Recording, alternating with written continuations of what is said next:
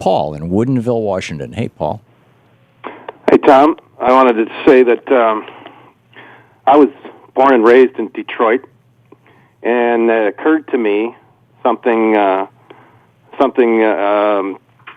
guess a trivia fact, but it was this very week, 23rd of July through the 27th, 46 years ago, in the summer of 1967, that the Detroit riots occurred.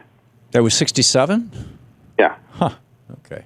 And it occurred to me, what is the bigger blight on Detroit? And I would say that what just transpired this week is a far greater blight on Detroit. Yeah, worse than the riots. Well, the riots were confined to just, a dozen or so square blocks. Yeah, I was there, actually. My dad, who was a jazz musician, played a show at the State Fair Coliseum for the National Guard troops that were called in to keep order. Mm-hmm. So my dad loves Detroit. He's the greatest fan of Detroit. He's in his mid-80s now. Mm-hmm.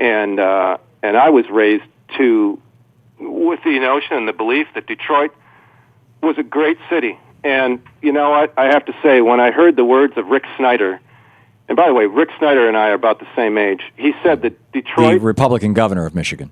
Yeah, that's right. He said that Detroit's been going down the tubes for 60 years.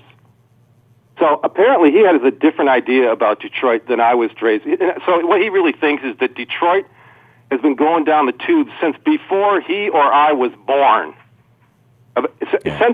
Since the Detroit Lions were a great football dynasty, Detroit's been going down the tubes. Since the days when the Detroit Tigers, all the players on the team were from Detroit. He says Detroit was going down the tubes when Jerome Kavanaugh was the mayor. Jerome Kavanaugh had been compared to JFK. He says Detroit was going down the tubes when George Romney was the governor of Michigan. He says Detroit was going down the tubes during the Motown era, during the muscle car era. That's how much pride Rick Snyder has in Michigan.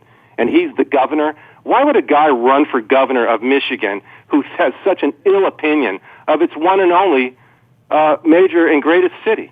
That's what he thinks. How anybody in Michigan could vote for a guy who would say that about Detroit, I don't care if you're a Democrat or a Republican, that's beyond me. That's offensive. That offends me, and I live in Seattle. I've been gone from Detroit for 23 years.